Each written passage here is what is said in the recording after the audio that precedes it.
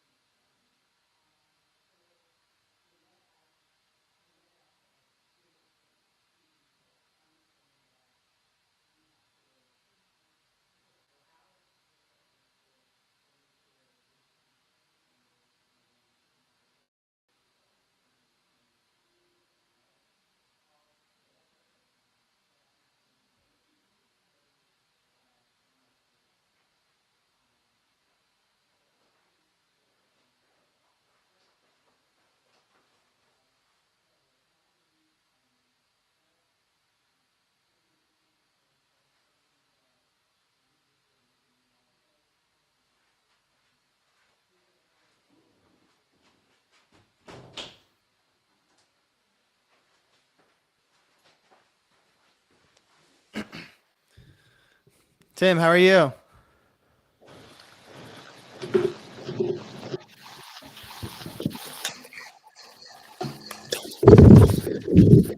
Can you hear me? I can. Uh-oh. Okay, hold on.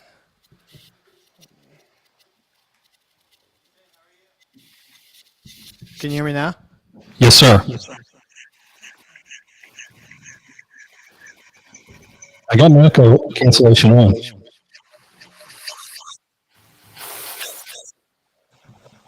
Can you say something again? I can. Okay. Mm-hmm.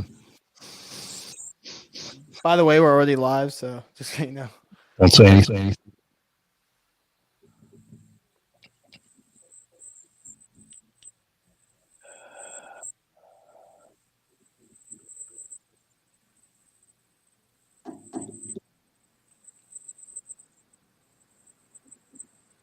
Can you hear me all right? I can hear you.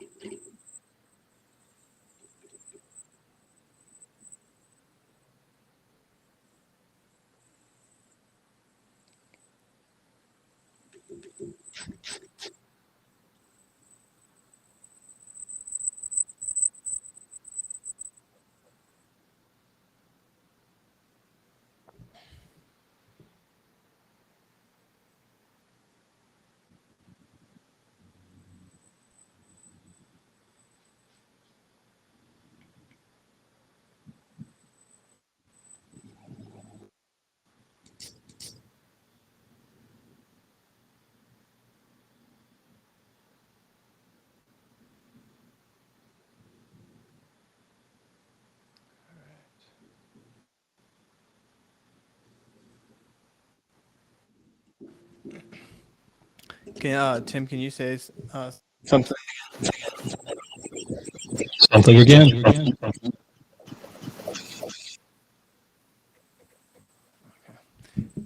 Am I coming clear? Coming across clear to you? You are. No. Oh, it must just be my side.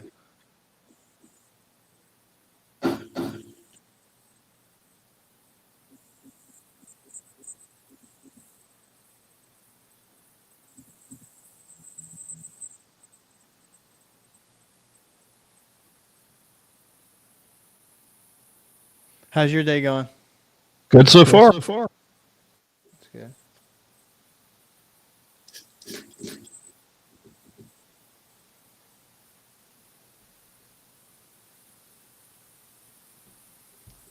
All right. We can just talk until Travis gets here. Yes. So Okay. how is the Outer Banks market right now? There's a lot. Yes. Um, our bookings are. I'm looking at my peers. We're ahead of them. But some of my competitors are struggling. Hmm.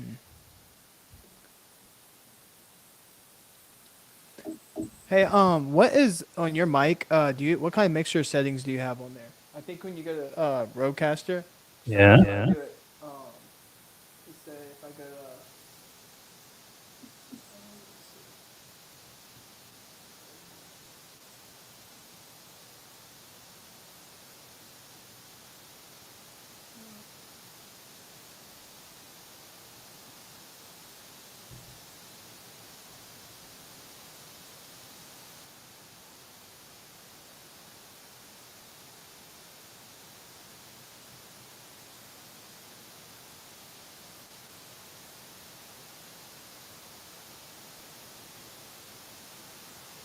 hey, when you go to on Rodecaster, Yep. you click the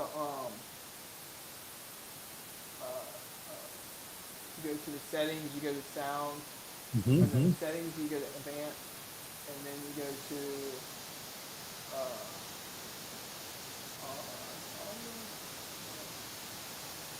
okay, yeah, audio then processing. Do you have USB mix minus clicked?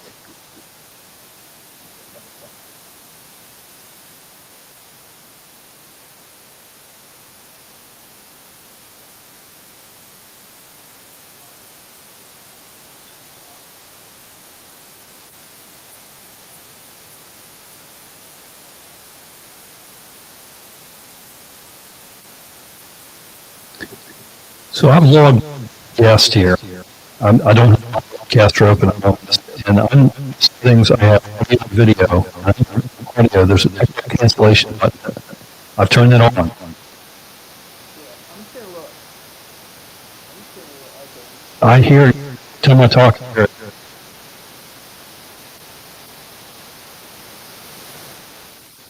Hey, what's up, guys? Can you hear me? Yeah, Yes. I can hear you. Sorta. There was an echo. Yeah, I'm hearing it too. Can you still hear it? How about now? Yeah, I can still hear it on my side.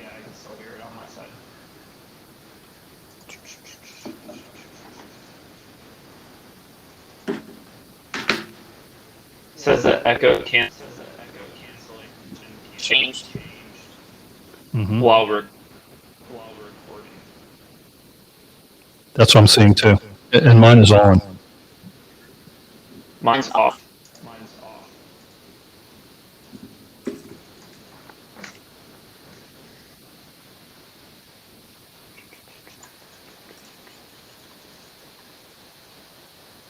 I mean, honestly, other than y'all are just a little bit low, I can hear y'all pretty good. Oh, I can turn myself up. Yeah, turn yourself up a little bit. How about now? Yeah. Echo on your side. I don't hear the echo on your side, Tim. It's interesting. For me, it's like a delay. Like I'm speaking, So and is it just 2 on my seconds side? later, I hear what I'm. So I'm calling you. I am here myself on Travis. Okay, so I'm the one that's echoing. I think you're the one. I think you're the one that's.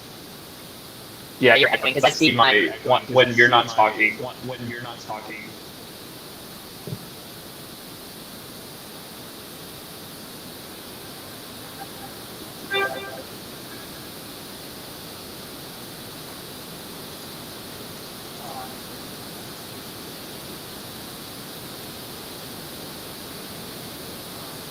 Shit. Hold on, I got Hey. There's no echo, and there wasn't a lot of background noise from Tyler too. I was getting like you getting that static. Was too. Yep. That's all gone.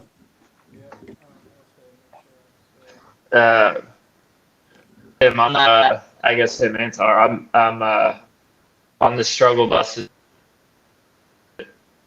Oh. I hit my first ever hole in one, and Oh man. You're probably a little later in the wallet too, huh?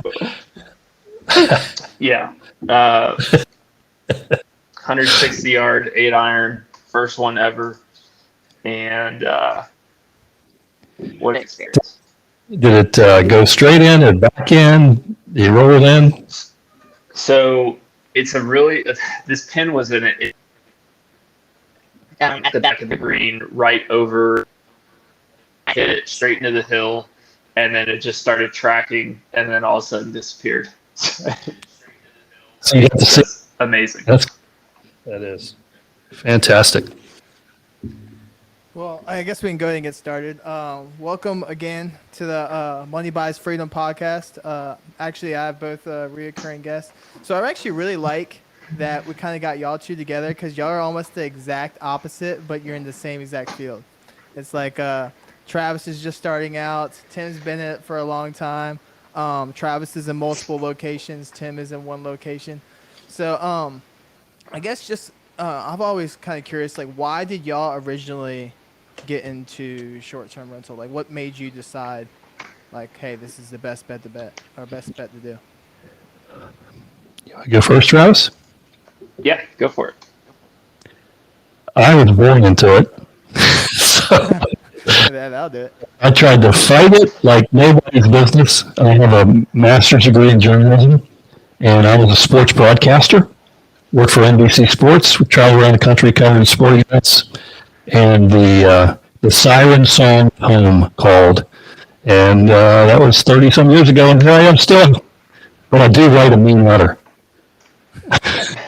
So did you? So was it your dad that started it before, or was it your dad's dad? Yeah, my dad moved us here back in the 60s when I was a child, and he was one of the original realtors on the Outer Banks, and I'm still doing it. Oh wow. Yeah. You What definitely. about you, Travis? So I feel like you have that broadcaster voice. Like you have that like nice Yeah, I broadcaster agree too. voice. I can project. Yeah. Yeah, for me it was really I about real estate, my first house hack, and what I was trying to do and figure out was work myself out of the W-2 as quickly as possible from a cash flow standpoint. So for me, when I started diving into real estate investing, what if you want cash flow on steroids, looking into short-term rental investing specifically was probably a good idea. And at that, also living in Orlando, and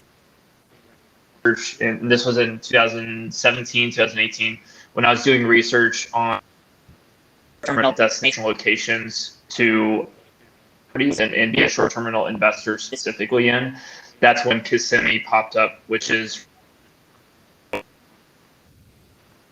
as two of the top 10 markets. And because at that point I was also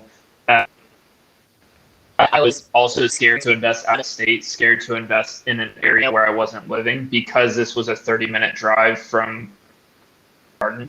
I was like, this is a perfect opportunity to buy my first short-term rental property. It's also going to be a property that was within driving distance. So under the assumption that I had to be there, and in case something happened, I needed driving distance to go fix the problem. So that's ended up getting it to short-term rental, and how I ended up getting it to Orlando. Go ahead. Really cool. I'm sorry. I just want to follow up on that, Tyler. Travis, that's such a great story, and you're so spot on, because the last couple of years, particularly with the whole Airbnb thing, have been make it sound as though it's so easy. Just buy one and you get all these rentals and everything. But then I'll talk to you about midnight calls, the leak, or the toilet that's clogged, or the guy that can't get in at the code, and you really have to get your comfort level before you expand, right? Oh, 100%. So for Tim, did you inherit any properties from your dad, or is like, okay, you had to start off? Yeah, that's right. You had to start off with like sales. He made you start from the bottom, right? Yeah, you remember that story. Yeah, my dad actually passed when I was still a teenager. My mom was the matriarch, and when I came back, she said, "Well, first thing you're going to do is sell real estate for 2 years." And so I had to go learn how to live off a commission check and do the whole 1099 thing, Travis, back to the, you were talking about the W-2. And so I really learned how to run myself as a business when I was in real estate sales. And I think a lot of you listeners can identify with that. You really got to have a plan. Somebody shared a little meme with me the other day. It said, goals without a plan is a wish. And that's really where I landed right off. You know, you gotta pay yourself, you gotta get your expenses, you gotta get your income, and it was great discipline for when I did my own business. So I know that y'all have a massive company that does like Sandbridge and Outer Banks, but do you currently invest yourself, and how did that journey start for you? Yeah, you know, at first I was reluctant to do that, which is really, again, back to the opposite of Travis. I was on the management end, and I was thinking, well, you know, if I buy properties, my other owners are going to be pissed at me because they're going to think book mine first, right? And so I was very, very reluctant to get into it. But my wife and I now have 4 properties. They're all here on the Outer Banks. We have 2 large oceanfronts and 2 smaller properties, and that's also been a great advantage, I think, for me now, because I see it from both sides. I see it from a management standpoint, being a professional manager, and all the things we have to do to take care of the properties and get them cleaned and keep owners engaged on putting money back into the property. And then I find myself on the other side too. You know, when that work order comes across, and I'm like, what do you mean that the toilet is clogged? It was working 3 days ago. You know, so it's a crazy business. Yeah. So I guess you see like short-term rentals. Most people are trying to figure out like, hey, should I go like more beds, more money, or like go on the smaller end? Because I've heard, I guess it might be the stat. I'm not sure if it's exactly correct that most people that search Airbnb are like between 1 to 2 people. So should people still look at the high end because it might give a more return, or the low end?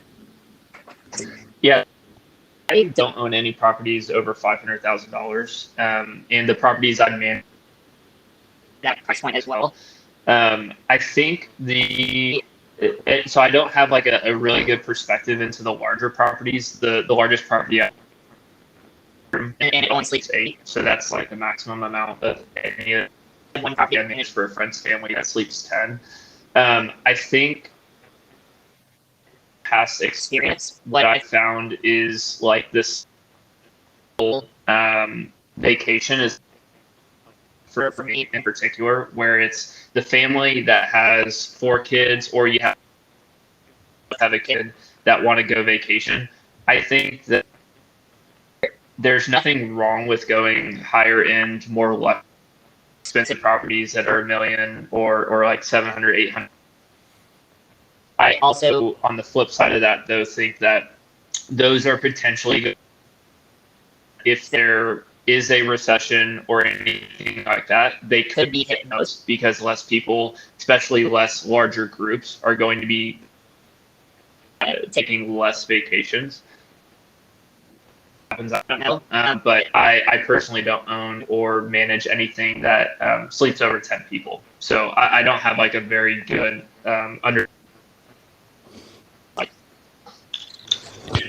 Tyler, if I could get on the coattails there, your comment there about Airbnb, I think is spot on because it's really market driven and it's also customer driven. And I do believe most of the Airbnb clientele is looking for more last minute. I mean, there are some long-term stays, in terms of, booking now for June, but I think most of the Airbnb business I see is more shorter term and smaller.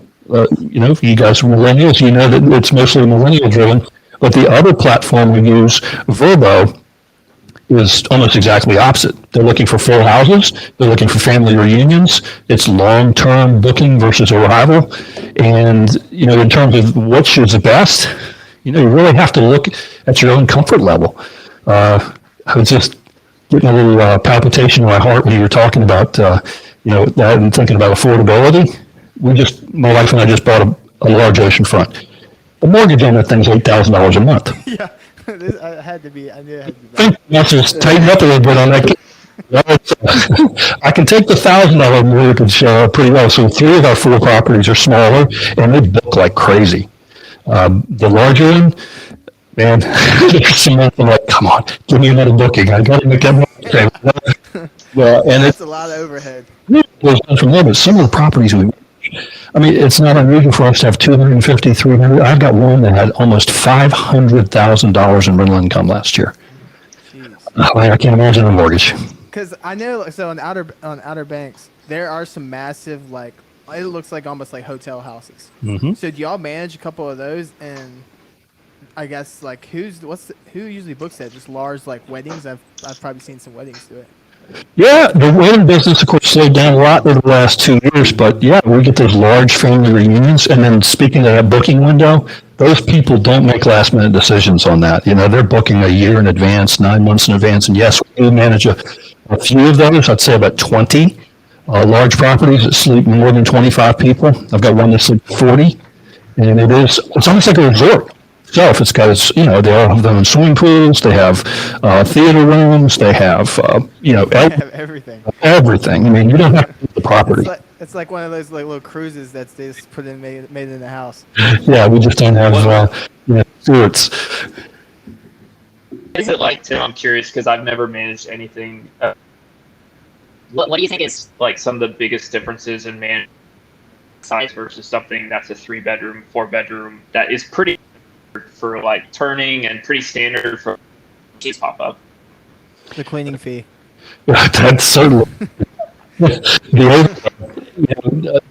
think the first thing that comes to mind, Travis, is the number of people in the house and the wear and tear on the furniture, and the fact that Tyler Wynn may have booked this house and he's the leaseholder, Well, you've got this mother-in-law who calls every flipping day about some problem with the house. It's just magnified on the three men have one troublemaker.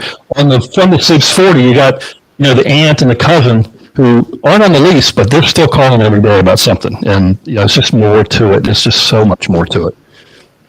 So I guess one of the big kind of shift a little bit. One of the big questions everyone's trying to figure out because you hear on the social media like everyone's like scared like, oh, we're recession. I'm curious, Tim, because you've been in the game for like I think it was like 35 years, and then your family's done it before that. So Yeah. you've been through a bunch of market cycles. So I'm curious what your thoughts are from like what's coming now, and like how did it look like back then? Yeah, then if this recession ever gets here, this will be fifth. It's like it's coming. I'm telling you, people, it's good. But yeah, in terms of what to do, I think there's like a God-given right for people to take vacations, and so if you position yourself with a vacation rental in a market that's steady, which Travis is in several markets. He told me the other day, you've got international travelers, you've got drive-to destinations, you've got fly-to destinations, so you kind of cover it all across the board. I am definitely a drive-to destination with a traditional family. It comes every year. So my stuff's a little more immune to that. We may have to do some price differentials to make sure we get them booked, but as long as as long as it's Americans, we're going to have demand for vacation rentals. Yeah. Interesting. So Travis, you're in multiple locations. Is that a lot harder? Because like I know Tim's is very like all in-house team. Yours is more like, hey, I gotta go build the team here. I gotta build a team here. I gotta build a team here. So how's that? Yeah, I would say it's definitely difficult the more markets you're in the sense to build the team, boots on the ground, and not being there. And also that team not being in-house. That team is a third-party buyer of cleaning services, handyman services, things of that nature. Definitely more difficult in the sense of the more markets that you spread out into, not large enough in those markets to be able to do those where you can have everything in-house. It makes it more challenging, but what I would is once you get get great cleaners, once you get great handymen on site, or like at whatever the area is, it makes it very streamlined to be able to add additional products. So I think it is early on, but once you find the right people from handy, specifically like handyman support people, but once you find great cleaners in the market, then it makes everything a lot easier, and scaling in that market becomes because you have good boots on the ground. And Travis, don't you have to really work those relationships to make sure they answer your calls first? Yeah, absolutely. It is being in the hospitality industry and being on or like acting as owner, even if the property's not necessarily yours. Working those relationships, and what I say and it depends on who you're talking about, but the biggest thing is cleaners. You want to be screening the guests properly so they're not walking into a disaster single time they're coming to your property, because the more that happens, the more likely they are to fire you and be like, hey, we don't want to deal with this anymore, and don't want to level of guests that you're bringing into your properties. So it's important. One, you as well as you can, you try to eliminate guests being in your property to where they aren't treating it well, and your cleaners are walking into a nightmare. I think it's extremely important to make sure you immediately pay your cleaner invoice. Different cleaners operate different ways, but it where you follow up with you or things like that, and the more you can make for them to be able to handle your properties, the better you're going to set yourself up to keep those and build those relationships. We have a podcast, myself and Sarah Bradford, called Sarah and T, the Professional Vacation Managers Podcast, and we have things called pull-over moments. That was one right there. If you guys are just halfway listening, rewind it about 45 seconds and listen to what Travis just said, because that is so key. You know, they give you a bill on Wednesday, you pay it on Friday. And that's how you build that loyalty in the market. And Tyler, I know you and I are in an area where we just had a cold snap about 2 weeks ago. Lots of frozen pipes. Plumbers are walking around like, you know, rappers right now with the gold chains, and the rings, and whatever. You know, it's like, if you call a plumber, I may be able to look at those broken pipes in 6 weeks. And when I come, I'll charge you $300 an hour, right? And so getting those guys to go when you need them to go, that's how you do it, folks. So how do you like, okay, let's say you're going to a new market or you're trying to hire someone. So what key questions or how can you go about finding the right people? Because that is like, if you're looking to invest in a certain market, you need to build your team because you live and die by your team. How do you go about doing that? Yeah, I recommend doing, and what I've done is tapped into my network to see if any other individuals have really good boots to share contacts for. So that's what I'm trying to tap into. The majority of people will be open to their teams, cleaners, ability to take on new properties. They will be open to sharing those contacts. The second, trial by fire with doing your list of questions for cleaners. Anytime I go into a new market that already operates there that I trust, that will give me boots on the ground team that they trust, then I have my process for my cleaners of the questions that I ask them through trial and error.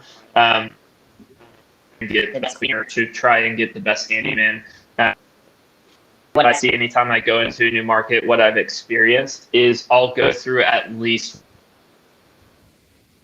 You may not get the best cleaner if it's not somebody that was recommended from somebody that already operates and has multiple rentals in the market. But I usually find that the screening process is like you're going to try to set yourself up for success, but you may not get the best cleaner on the first go around. So it's just something that and Tim knows this, you will get feedback from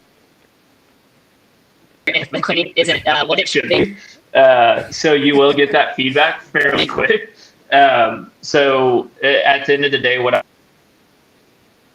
use as kind of a rule of thumb is if I'm not getting feedback from guests on cleanliness, the cleaner's doing a good job. But the second I get feedback, pass that feedback along to my cleaner. I don't point fingers. I just say, hey, here's some feedback from the previous guest.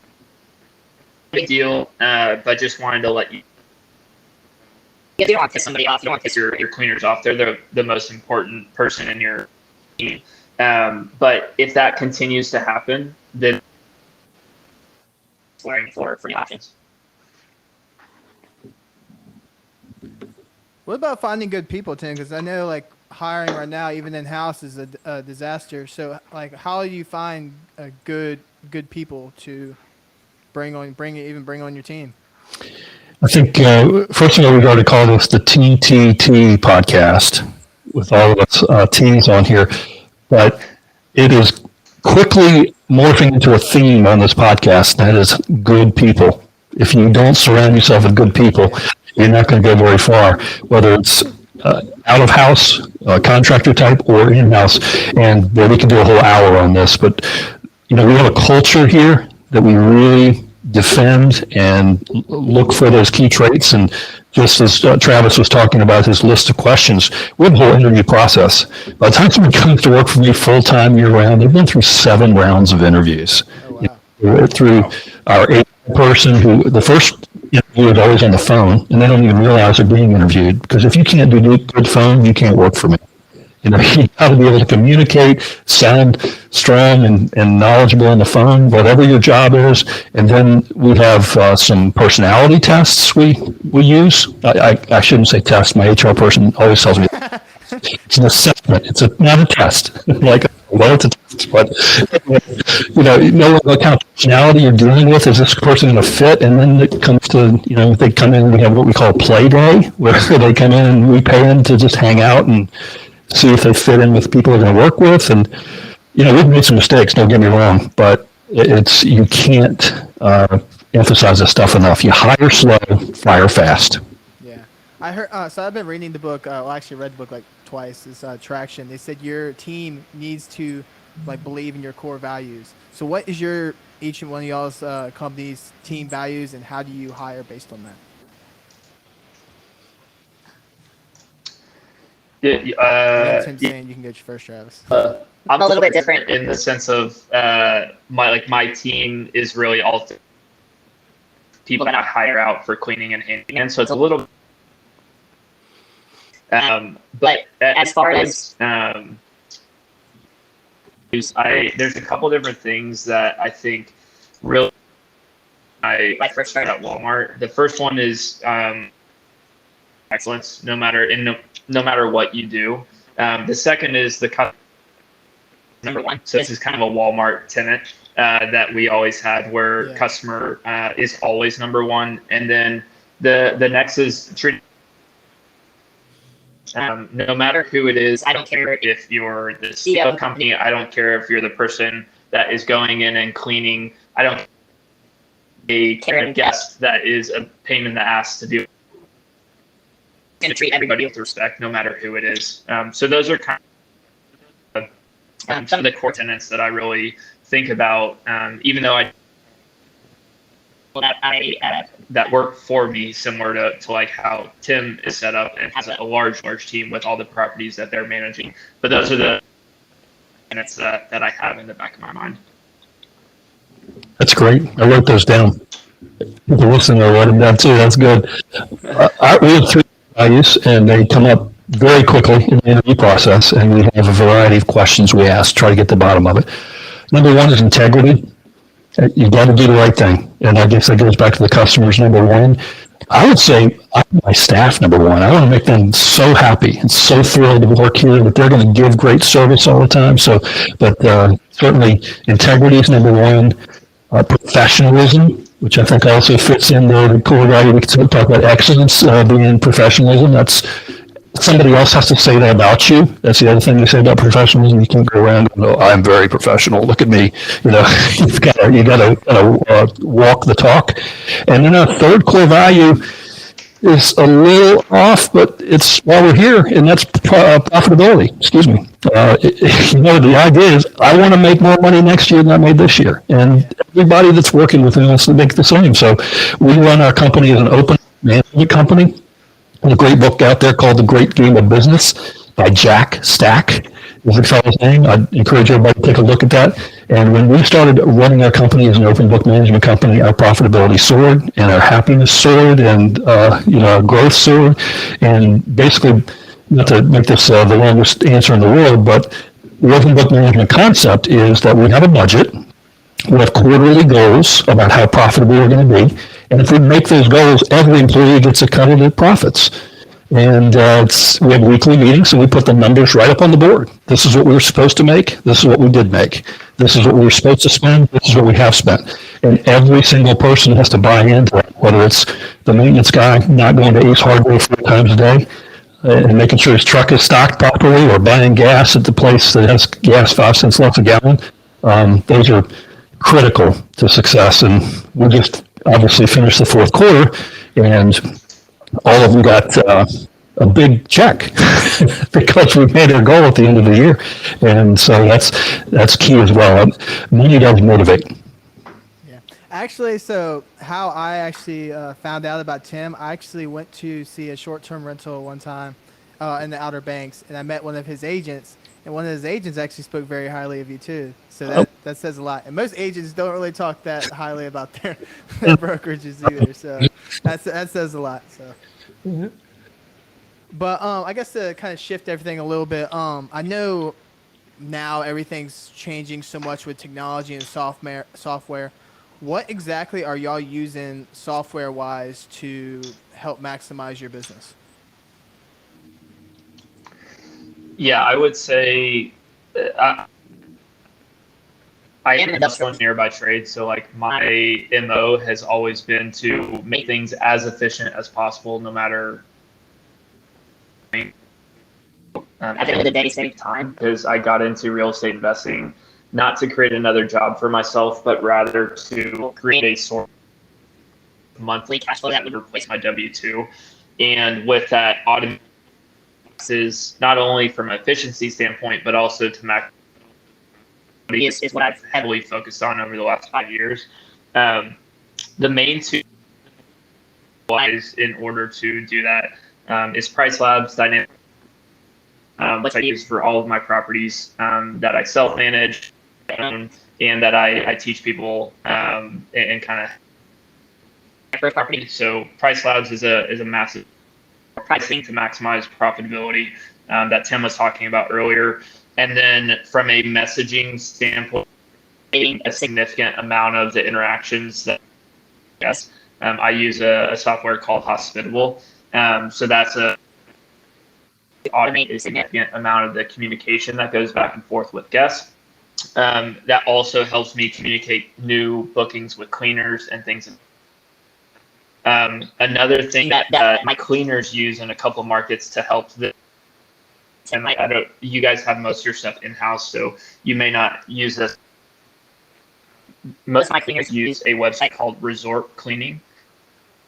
And essentially, owners can go in and calendars to their portal or what able to see when they have different bookings. So that's kind of the high level. That's kind of the tech stack that I currently use.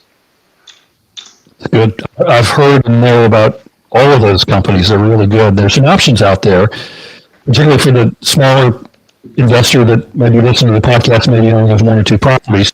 I have a whole tech stack, so I kind of go above and beyond. I have to have a property management software. I manage 400 properties, so I've got to have it. I'm looking at it right now. I have my dashboards. I can look at all the calendars. I can see, what the booking pace looks like. I do have a dynamic pricing tool within that. The software I use is called Streamline. It's out there in Arizona, where you are right now, Travis. Those folks do a great job for me. But we have a number of other softwares that have to fit in the whole chain here. We have electronic locks, of course. So I've got software for that, and I can go and read the locks and tell you the last 1,000 people to open the door. We've got an operation software that goes back to the housekeeping function, whether it's a track cleaner or an employee. They have an app and tells them where they need to clean and when they've been in the house and when they're finished, and I know it's ready for inspection and that sort of thing. It's also a communications device with the guests, as you mentioned. We've ramped up a couple other things on software this year as well. Just kind of subsidiaries, almost like the octopus. You got all these arms out here to try to get your hands around what's going on. We started using a software this year called Noise Aware, which has been really cool because you can't be there all the time, and it's a device that measures decibels. It doesn't measure voice. So you don't want to do whatever, but when the decibels get up to a certain level, there's something going on in that house. And it will text the guest the first 2 times saying, hey, you need to pipe down. Most times that works. But the third time, the property manager, a phone call says, you have a problem at, property 1, 2, 3. They're being too loud. And so we've had some interesting conversations there where people say, well, we're just playing cards. Yes, sure. That kind of stuff. But, looking at the data, back to the Price Labs, those guys are super smart. You got to have something that tells you what you're doing versus what the market's doing, no matter the size of your company. So kudos to you on that, Travis. That's good stuff. So I know Airbnb, when you list with them, they have their own pricing. What's the difference of profitability-wise using Airbnb's software compared to like Price Labs and I think what is it, Streamline?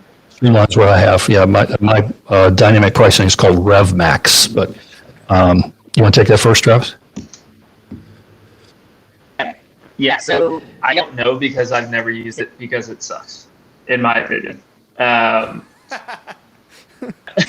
don't know. I transparently all I know is that with Price Labs, which is what I use, there's a lot of additional functionality on top of whatever Airbnb is showing smart pricing is that you have the ability to do to further optimize and max profit and gross income. So from my standpoint, I don't even touch or look at, as they call it, because I would pay. I think I pay $15 a month or something like that per listing on Price Labs to be able to 20% additional revenue. I can't say like this is how much better it is because I just don't use it, so I'm not sure. Yeah. I think what I heard you say and what I believe is that I just don't trust it. No, it's telling me like, Yep. wait a minute, this is not real world, and that's what you got to do. You can't put it on automatic pilot. You gotta check in every now and then. You can't be in the backseat of the Tesla, as they say. You have your hands on the wheel, making sure. And so we've actually, with the software we can make these groups. And so I'm certainly interested in what the competitors are doing. As I mentioned earlier, we track our competitors. I know where I am in the marketplace in any given area, but I'm also interested in where this house is versus other houses in my own program. And that creates demand as well because, quite frankly, 70% of my bookings are done on my website, and another 25% is done over the phone. OTAs, all of them combined, with TripAdvisor, Airbnb, Vrbo, account for less than 10% of my business. Oh wow. Huh. So I guess the second thing you said, you're talking about the tech software. Do you, I guess, like pre-program responses based on certain things they say? Is that kind of how that works? From that standpoint, you certainly can do that, and we do have some automated messages. We have an automated message that goes out like the night before checkout. It says, "Hey, just a reminder, please text the word checkout when you leave so we know you're gone." It also keys a message to the cleaner that says the house is now ready and it's dirty.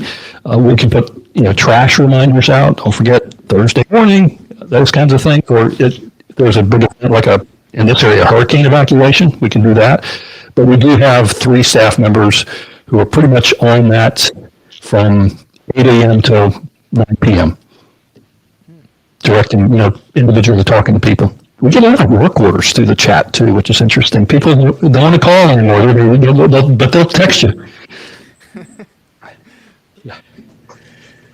But so it's funny. We talk about like software and technology. I think like the future of AI is going crazy because I know this one wholesaler. He actually like AI's everything. Like if the person texts this response, he uses the AI like what's your potential responses and has like before he even like goes into the conversation, he's almost at the closing. So and I was talking to Travis. I don't know if have you heard of Chat GPT, Tim? You mentioned it to me the other day. I read it. Yeah. I'm going to be finding out a lot about it. It's pretty cool. Yeah, because I guess Travis mentioned on Instagram, he was like, what should I put on my Instagram bio? I was like, just put in the Chat GPT and tell exactly what to do, see what it does. So I think it's crazy. It's amazing. I still like that human interaction, though. The people are out there listening to us or whatever. You can set up a lot of automated stuff or whatever, but I tend to find there's a little mistrust of the public about, am I really talking to somebody at this location, or am I talking to somebody in India right now? Or, have you ever seen this property before? And so don't go overboard on this stuff. You still have to be able to, like I say, put your hands on the wheel. Because they can do automated. Go ahead. Yeah, I think it's really important, Tim, exactly what you're saying, to people will want to talk to somebody and will have one-off questions or want to phone to ask questions or whatever, which you 100% need to be there for it. Get a personal experience. The other thing that I found through the automation specifically to try to make it as personalized as possible is a lot of these softwares, especially specifically, you always want to address somebody by their first name. Helps them think in even the automation think that this is a personalized thing that like somebody like is reaching out. So I think for automated stuff, I found you want to personalize messages to somebody's first name to try to make it personal, and then you will, like Tim was saying, have the people that want to get on the or whatever to understand that like, hey, I'm talking to. So we talked about software. I guess the next one big thing I always love doing is I feel like the process. Like I try to make everything like almost like crazy simple, like write absolutely every single process out. What is y'all's process, and how do y'all usually like take me through more or less a schedule, like setting up your Airbnb and scheduling your process? You just like Tim, you want to write take down that? I'm every single interested. process, or Yeah, Tim, I'm interested because of how many people you have in properties. I'm interested to get this. yeah, right. Yeah, so I hired a director of operations a couple of years ago, and he has some real skills on this, the whole process thing. He used to manage like production plants of, you know, plastics or tires or what, talk about process. You got to do it this way and this is how you do it. And so we started this thing called Kaizen, which is constant improvement and so on. And we really dove in on some of these processes. And I tell you, I always talk about holding up the mirror about, you talk about how great we are or whatever, but sometimes you hold up the mirror and go, man, we really suck at this. And so one was the whole reservations process. By the time the guest contacts us and whatever we're on the front end until the time they get in the house, we had like 35 points of contact. I'm like, oh my God, we are wearing these poor people out, and so the only way we got through that, and quite frankly, housekeeping functions and maintenance functions and how we do this and that, there's so much when you get to a point where you're starting to grow. Yeah, we call it tribal knowledge. Oh, you got to go see Miranda. She knows that. Or you got to go see Sarah. She knows that. But if Sarah got hit by the car, God knows what's going to happen to us because we don't know how to do this. And so we've really been on a journey, I guess I'd say, over the last year and a half to put these things in writing and have actual specific meetings where we get the key players in the room and we talk through, well, why are we doing this? Well, because we always have done that, and that's not the right answer. And so we've really worked hard on trying to get those processes. We're not where we need to be, but we're a lot better than where we were. So, what are one of the key things that you did that's helped, I guess, restructure and make everything a lot easier? Yeah, I think back to the one I was mentioning about the reservation sales process. So someone expresses interest and we get the confirmation on the booking and we take payment. And then what happens? We were touching base with them way too many times. They know the balance was due at a certain time. We didn't need to warn them 4 times in advance. We send out a message now when it's due. So we cut that 35 down to about 15. And then once they paid in full, we were reminding them they can do this, that, or the other. Well, we get to be irritating after a while. And no, they're not going to take trip interruption insurance. Just stop trying to sell it. No, they don't want extra towels. No, they don't want a mid-stay clean. No, they don't want, the vacay gear or whatever we're going to try to sell them. So trying to give a little more credibility or credit to the guest and their choices. We're here and we can sell these other things to you, but we're not going to remind you 14 times between now and check-in. So that's one of the things that comes to mind. Yeah, I've seen that also because I've seen like a lot of people even complain about Airbnb in general. It's like they see the pricing, but then they click it and they see like all these different charges and they end up paying like 3x to what they originally thought they were going to do. Like it was like clickbait just to get them in there. Mm-hmm. So, but what about you, Travis? Yeah, Tim's speaking my language. As an industrial engineer, Kaizen, Six Sigma, continuous improvement.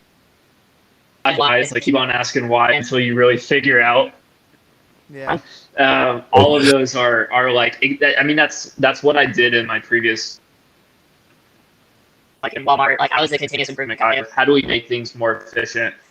How do we go in and like be self-reflective of like, why are we doing this process the way that we are? Is it just because it's easier to do it that way? Is this gold standard?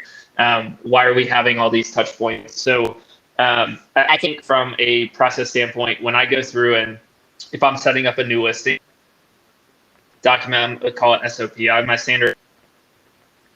When I go set up a property, what are the things that I do? How do I make sure that I check off all of the Airbnb items when I'm uploading pictures, adding descriptions? I have all those things documented. And then on top of that, then it's okay, the next listing on that document is now I set up. So I have for my automated messaging, I have sequences that need to be set up for this property.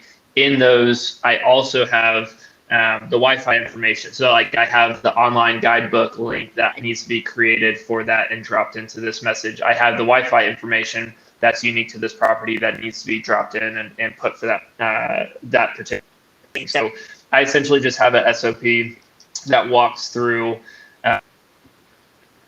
set up the automation messaging and the pricing automation setup. So essentially just a checklist that I go through for. So I know, like, even like when you do long-term rentals, like you want to take a picture of absolutely everything before, because that's going to bring into our next topic issues. Is that something y'all do? You make sure, like, hey, I got to take a picture of every square foot of this, and I mean, at Tim and some of those houses, and I guess complexes almost married. That's a lot of photos. Yeah. And I can't let it pass here. We're talking about the 5 whys. So we have a refund form when we are going to give back money to either an owner or a guest because we screwed up. At the bottom of the form is the 5 whys. So I'm looking at one right now on my screen. So that's so good. And one of the other things we have that Travis is explaining in another way, we call it the standard property appearance. And it is a document, and this is the way the welcome bag is supposed to look, and this is the way the towels are rolled. And with that operations app I was telling you about with the housekeeping, and then we don't call them inspectors because we need to be PC. We call them quality control agents. I guess, inspections like, I'm going to get you. QC making sure we got what we're supposed to. And depends on the size of the house, but I mean, I do one of the QC inspections on my own property, and there's 87 things I need to check. And it's right in the app, is the refrigerator making ice? Is the dishwasher empty and clean? Is the towels put out properly? Is the thermostat set on cool and 72? All those kinds of things. Take a picture of the grill. Make sure that you don't have hamburger left on there. That's all critical, and it's all about first impression of the guests that they make within a couple of minutes of arrival. And if they find cheeseburger on the grill, that means that something else is wrong. And I'm going to find that too, and you're going to hear from me, by God. I got you. Yeah, that's impressive. That's probably I think that Tim, crazy all the SOPs that you guys have because end to end, because I was talking about with all of that checklist of 80 something items that for a property, that's my cleaner to have. I'm not going to provide that information for them, so it makes my job easier. But Tim owning that process end to end, that's a lot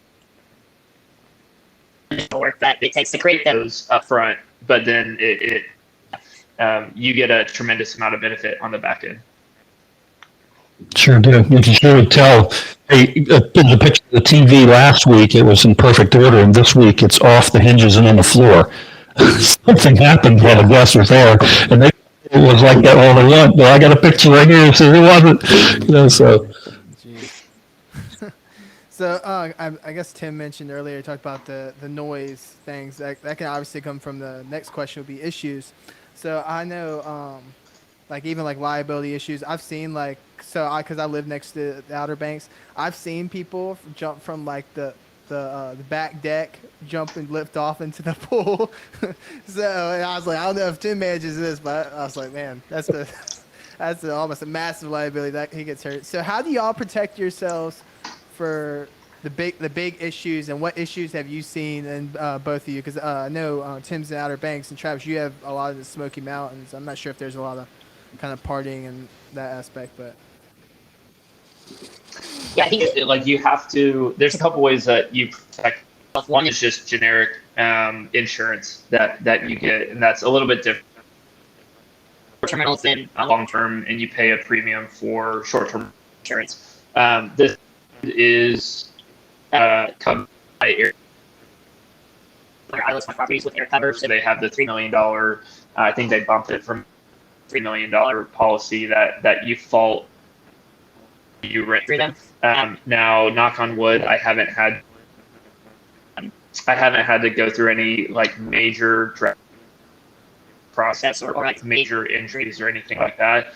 It can happen at some point.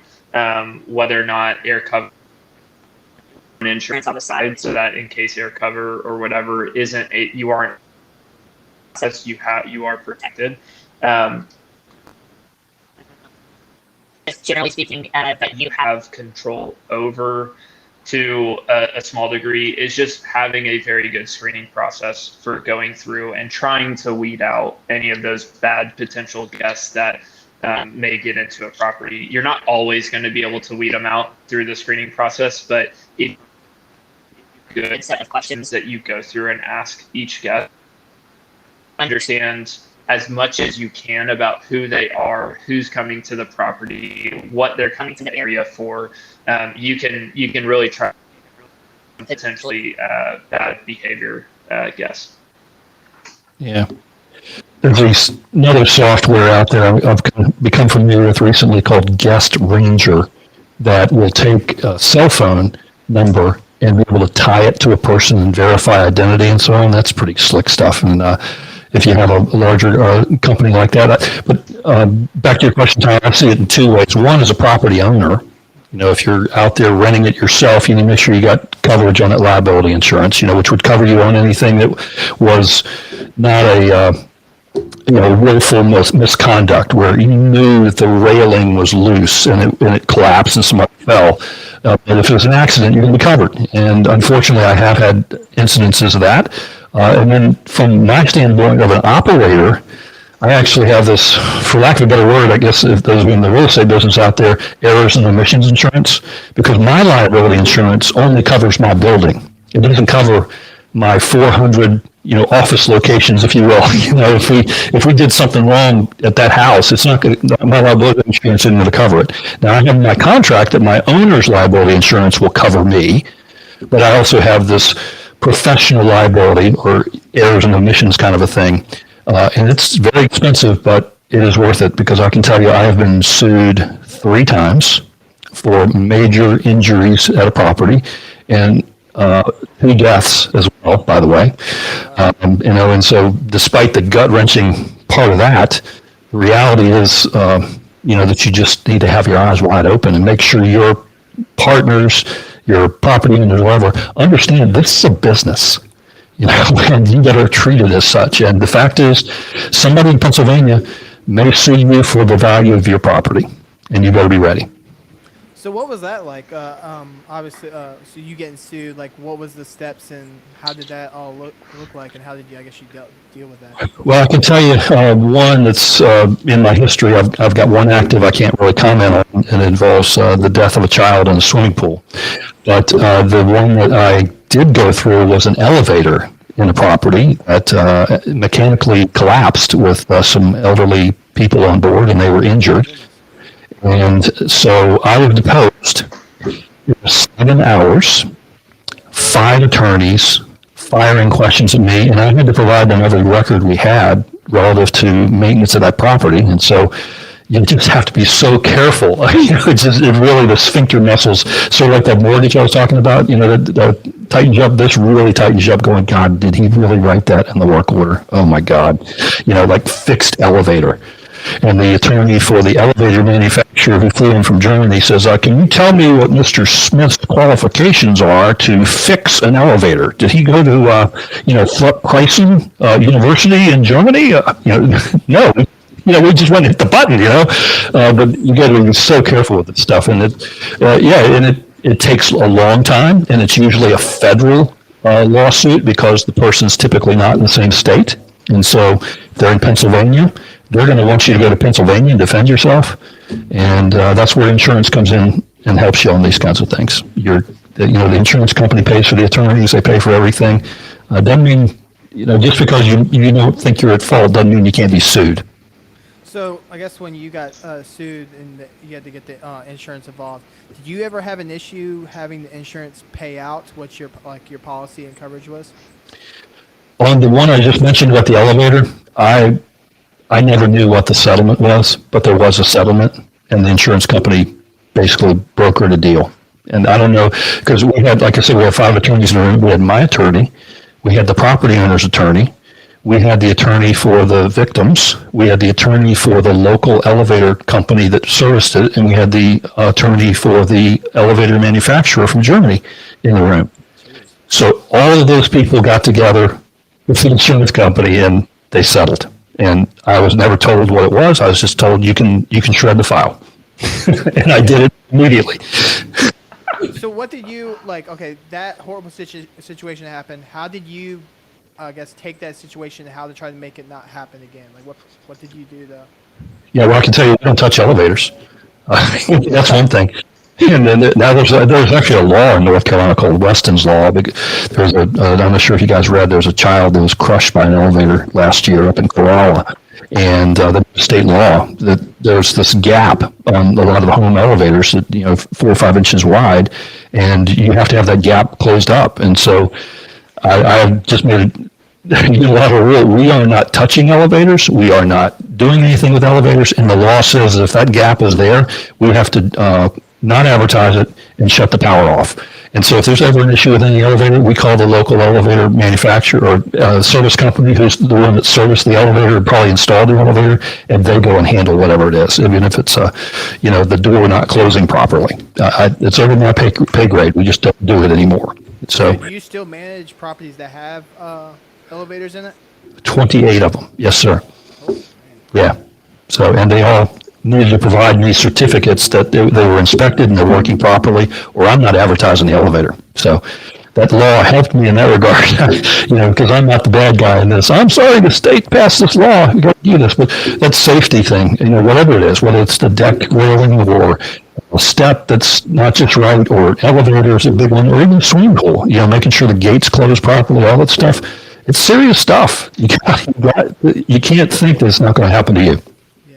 Hey, well, Travis's take earlier about staying below 3 bedrooms, bath under 300,000 looks really good right now.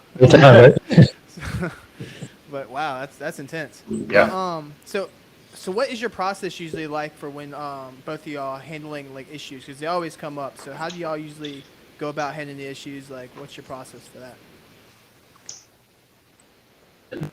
First thing I always do anytime an issue is brought to my attention is I want to understand specifically what's the severity of it. So is this something out immediately to, like, is it a safety concern? Get somebody out immediately to the property. Is it something that issue but doesn't need to immediately be addressed and can be addressed the following day? And then depending on the severity and level of the issue, that's when I start getting calling, because I'm in Phoenix. I'm not going to be going specifically, so I'm getting on the phone and then calling whoever, cleaners, if they can go fix a problem, or if it's a handyman, plumber, whatever. So I'm always evaluating first what's the issue, and is this something that I need to immediately address, or is it something that I can wait to have somebody go out and kind of let them know that. So Travis, let me ask you, what was the worst issue that you've had, like I guess tenant with yourself interaction? Like, what was the worst scenario for you with issues? Yeah, the craziest scenario that I've ever had happen is the cop showing up at one of my properties, and what ended up happening was a lady who was staying at one of my properties, and she had just broken up with her boyfriend or husband, I don't remember exactly, in Indiana or something like that. She came down to Orlando because she wanted to get. How her boyfriend found out, her husband, ex-boyfriend, found out was that she was at my property, and he was trying to break into the property while she was there, and she called the cops.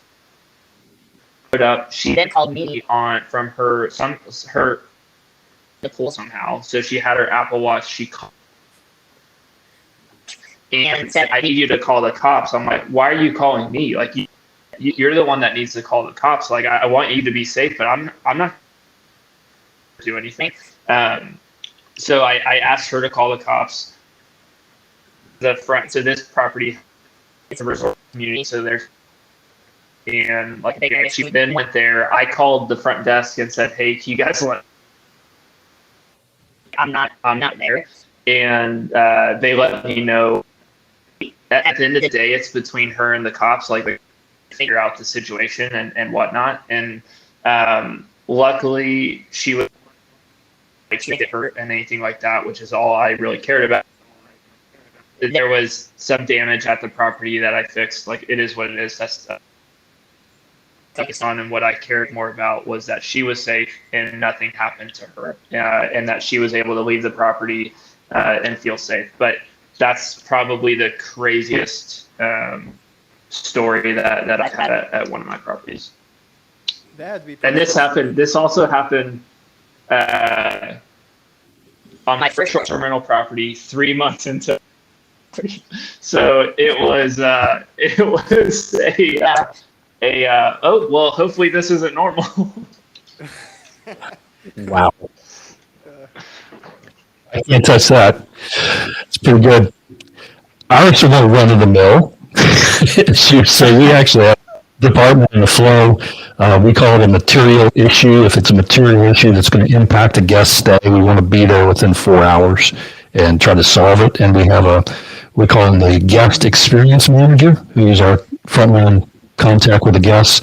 Usually it's involving a refund of some sort. They're looking for compensation. And so we've actually created a spreadsheet that says, okay, hot tub out for a day, that's worth $32. You know, or the pool is out for a week, that's worth $400. Those kinds of things. I mean, stuff happens. You'll have to not hide from it and make sure you make it right with the guests, because they spend a lot of money and they have high expectations. So, yeah, we tried to process as much. Y'all draw a line? Because I feel like, I guess the growing trend nowadays is like most people are like never happy about anything. You just find people they complain about absolutely everything. It's like, what do you want me to do? Like, there's nothing I could do. Well, I'd say that's where technology really helps us. Yeah. Because that's one of our automated messages is the day after they arrive, we send the messages saying, "How was your first night? Everything good?" And most people say, "Oh, it's fantastic," or this, that, or maybe they do say, "Oh, one of the bathrooms wasn't just right. Okay, we're going to send somebody there right away, take care of those." But those people you're talking about, Tyler, are usually the ones we never heard from, and they tell you when they get home that they're going to reverse the credit card or whatever. And so we've been able to roll up the sleeves and buck up and say, "No, I'm sorry, you never said a word. You didn't give us an opportunity to solve it, and so you're not getting anything." So, for instance, like I know y'all are like short term, less than 7 days. So let's say someone books your house.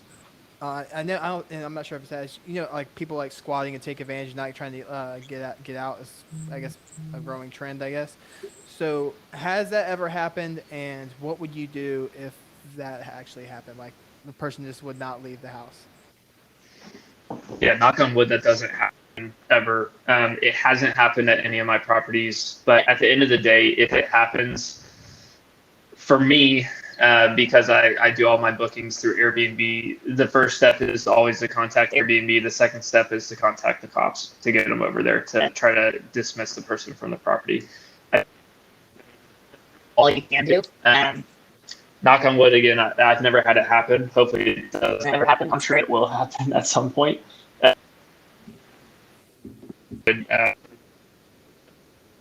Yeah, now that Tyler's brought it up, it'll probably happen, right? And like you, Travis, I had to deal with that. I've had to deal with this that I've had to evict during the process, and I do have some legal avenues called an expedited eviction process where I can get somebody out of a property within like 12 hours. So yeah, knock on wood, we don't have holdovers or squatters, thank God. So Tim, we've talked before. You actually get someone to sign a separate lease when they book your property. Like you have the Airbnb site, but you send them a separate lease. What is that lease like, and why exactly do you use that? Yeah, well, in North Carolina and Virginia, they're real estate states. So any short-term rental should have a lease agreement that outlines the responsibilities of the landlord and the responsibilities of the tenant. And so I think we have 24 clauses in that lease now, and everyone has a story. That's all I can say. Everyone. I love seeing those leases because of exactly what you said. Always everyone was a story. Like everyone we asked. Yes, exactly. It's been a godsend for me. You know, you signed this lease and said that you were not going to have a, you know, you weren't going to be having a bonfire on the back porch or whatever. That probably also helps with your screening process because if they're not willing to sign that, that's like might be a big red flag also. Right. We've had several attorneys rent from us, and they've sent the lease back marked up with red pen and all this. No, I'm sorry. We just aren't going to be able to rent to you. They know more than us. Yeah, always. But Travis, what about you? Do you get them to sign a separate lease, or do you stick with? No, I stick with everything just through Airbnb. For me, it's still. I think it's very Tim's doing, especially at their scale and off platforms where a lot of it's direct booking. For me, because it's all days, I essentially utilizing the rules that Airbnb has for and which additionally state things that I request of the guest and what their experience is going to be like. So I don't have anything that's outside of what Airbnb does. Probably be smart to do, but it's not something I currently do. Okay, interesting. Yeah, I guess my issues compared because I have a property up in the Blue Ridge Parkway that we run as a short-term rental, and honestly, the worst thing I've happened is pretty bad. All I've had is I've had people steal pillows. That's literally all. That's my only. I had one time someone steal pillows. I didn't understand it, but I was like, it's not even that big a deal. Yeah. Compared to y'all's, I'm feeling really grateful right now. You should.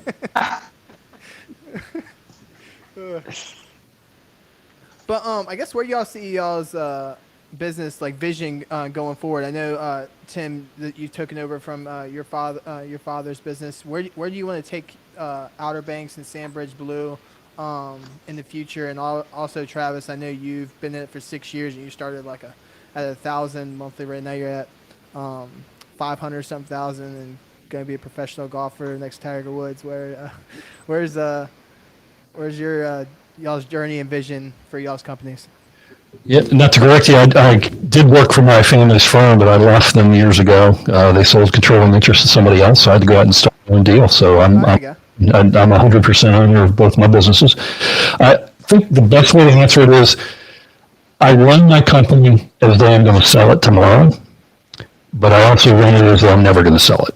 And that's kind of what I am. I have looked at other locations maybe to open up because I have this model that's worked in 2 locations, and I've looked at other areas, and for whatever reason I haven't pulled the trigger on those. Where I've looked at like buying another company that's existing and bringing out people and kind of a thing. But I enjoy what I do. I don't see myself retiring anytime soon. But if I did, it would be probably passing it along to the employees of the company, where they would be the owners of the company. So that's kind of how I look at it. But we've reached our goals on numbers of properties and quality assurance and so on. So we're in a very good place. That's awesome. For me, it's just continuing to grow a portfolio of properties that I own when the time's right. Personally, I'm not looking to buy the market and interest rates, but what I am looking continuing to grow my management side of the business in markets I'm already trusted to, and I am very familiar with the markets and stuff. When the time's right, I'll be looking to continue to buy properties as my own. In the meantime, I'm looking to continue to management in areas and markets that I'm already in. What markets are you in again? I know you're in the Smoky Mountains, but in Florida. Where else are you at? Yeah, Smokies or Kissimmee, Davenport, and Orlando. Panama City Beach are the and I guess I have a mentee out in Phoenix as well. Okay. what made you get into the property management side, even though that you were doing so good as now you're actually help solving other people's problems? So the property management side is an interesting story.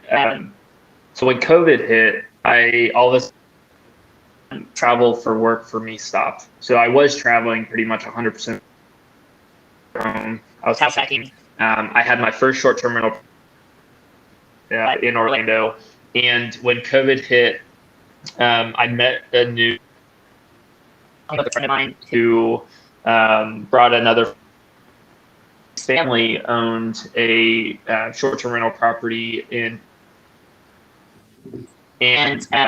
we got to talking. We were meeting each other. Hey, this is like what I do, and it's all about like talking about what you do to other people and having an interesting background and story. And essentially, was hey, we're really on. They had the cost.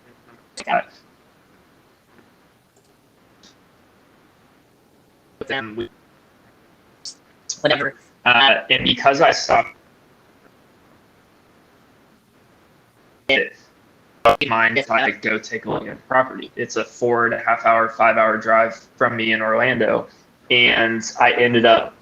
They said, yeah, absolutely. Like if this is something you would potentially want to do, you go out.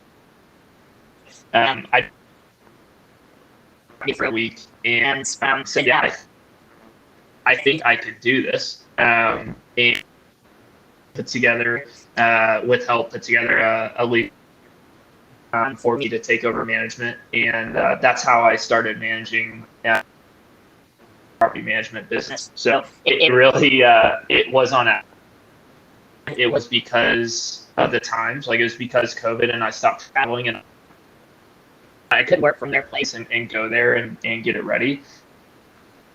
And once I had all my processes and systems down, then it's been really easy to scale in my team boots on the ground. So PCB is not a market that it just happened to be the first market I started my property just because of that relationship and individual. So is that something you plan on growing, like expanding the property management side of the business? Like, do you want to expand everywhere except for Outer Banks? It'll only be expanded in markets that I'm already in. So yeah, earlier, the hardest thing to do is to find good quality people that you trust and you have. So I feel very confident that I have that in every market that I am in. Looking to expand management, property management, personally own and already operate in, just because it's not worth it. Investment standpoint, to take on and stretch myself super thin. Where now I'm communicating with 10 different cleaners, 10 different handymen, and all that kind of stuff. It just stretches you too thin if you expand to that level, in my opinion. Okay. Well, by the way, I haven't said it on live. Congratulations on officially retiring. I know you just retired from your W-2 job. I think, what was that, like last month? Yeah, 3 weeks ago. Officially full. Oh, okay. State. Yeah. Yeah, and you have to change your Instagram name because now you're retired by 30, not 33. Yeah. Yeah. We'll see. So, hey, Tim, I actually didn't know that you started your own like company. How did that go from starting that from scratch? Because I mean, did your I guess did your dad say, why didn't you just buy my company? Or Yeah, well, it was my dad passed, so my mom was running it, and she wanted an exit strategy, so she actually sold control and interest. But I went to work for a competitor, is what I did. I went and talked to the guy who was the controlling interest of the family company, and said, if you tell me the ownership is coming, I won't leave. And he stood up, reached across the table, said, "Congratulations, I wish you the best of luck." So with that, I was unemployed. I went to work for a competitor, and I knew I wanted to own my own deal, and so I was putting half of my paycheck away for 5 years. and got a nest egg to start the company, and that's kind of history. Out of the chute with 125 properties within 45 days, and Oh wow. you know 17 years old. So how was that? Because I know everything's all automated now. You have a huge team. Everything's in house. How did you start from scratch? Like, did you have to start off kind of like how Travis did, like all subcontractors, or like how Yeah, did that process work? yeah. I had a lot of subcontractors. I eventually hired one maintenance guy, and then it was two, and then it's 28 vehicles on the road now. But yeah, the first time it was working the phones and the relationships, and back to the core values. Integrity has always been a really big deal to me, and so we called some of these property owners and said, "Hey, I got this new company. I'd love for you to take a chance on me." A lot of them had experience with me with either my family's company or with the other company I worked with, and they got on board. And actually, I still have some of those properties still today. So, it matters how you conduct business. There's just no doubt about it, and it's paid off for me many, many times. Yeah, because I love the book Traction because I feel like it's like the blueprint for like growing and scaling business. What was like kind of replacing yourself? Like, what was your first couple hires? You had, guess you had the maintenance person, you had a cleaner, and then how did you go about stepping outside of actually being the property manager for every single property? Yeah, that's. I'm not sure we had a blueprint. We had a card table and a cordless phone, and a printer and a computer. I knew I needed to add inventory because that's the thing. He has the houses, controls the market, and so we actually went out there and started recruiting first, and then we brought a reservations agent in, and then the marketing person in, and just slowly built. I think our first year we had a Christmas party with four of us. And this past year we had a Christmas party with 120 of us. So it's the same process though. Those first couple of people I hired went through the same thing I'm talking about now, and Yeah. some of those folks are still around. So it's. What would be your best piece of advice for someone wanting to start from scratch like that? Like, how would they, like, what would be your best piece of advice for them growing and scaling like that? I would say a business plan, kind of what you're alluding to there. Have your goals, but without a plan, it's a wish. And so they were early in the podcast. And so one of the things I did early on was I went to the Chamber of Commerce, and they have this organization called SCORE, which is the retired business people or whatever. And I hooked up with this fella and sat down and had breakfast with me. It was no charge, and he took interest in me, and he said, "I'm not going to talk to you again until you come back to me with a proposed budget. What are you going to spend? What are you going to make? How are you going to make?" And that was changing. I gotcha. So, for speaking of, because I like Traction so much, do you keep like a scorecard or anything to like make it where you can keep track of everything and helps you meet your goals?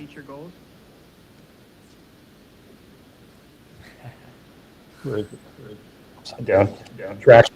I got my screen. Everybody has a score. Housekeeping, maintenance, marketing. Everybody has a score. But I'm not sure what y'all's time schedule is for today. Is there a time y'all need to? I do need to jump. Sorry. But you still there, Travis? Yeah, I'm here. Okay. I'm not sure what your schedule is, but we can go ahead and wrap this up. I guess the last piece of advice that you would give to people just starting out in investing, property management, or just trying to create a business in itself. I'll go first. I am a big proponent, if you are looking specifically to invest in real estate, to start out house hacking, because I think that's a great intro to understanding what being quote unquote a landlord is like. And it's also the single greatest way to eliminate your largest expense on a monthly basis, which is your housing costs. So my advice is always to start out with house hacking if you are looking to get into real estate investing, because one, you'll be able to help eliminate your largest expense, but two, you'll also begin to understand what being a landlord is like and being a property manager is like, and you'll understand if that's something that you want to do long term, or if that's something that isn't important to you, or you just don't enjoy doing. Okay. What about you, Tim? Last piece of advice that you would give people?